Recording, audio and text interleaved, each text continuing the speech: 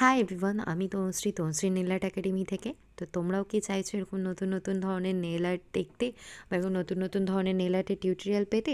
তো তোমাদেরও কিন্তু করতে হবে আমার চ্যানেলটাকে সাবস্ক্রাইব। আর যদি কারোর কোনো রকম কোশ্চেন থাকে তোমরা কমেন্ট করতে পারো, আমি চেষ্টা করব তোমাদের কোশ্চেনগুলোর অ্যান্সার করতে।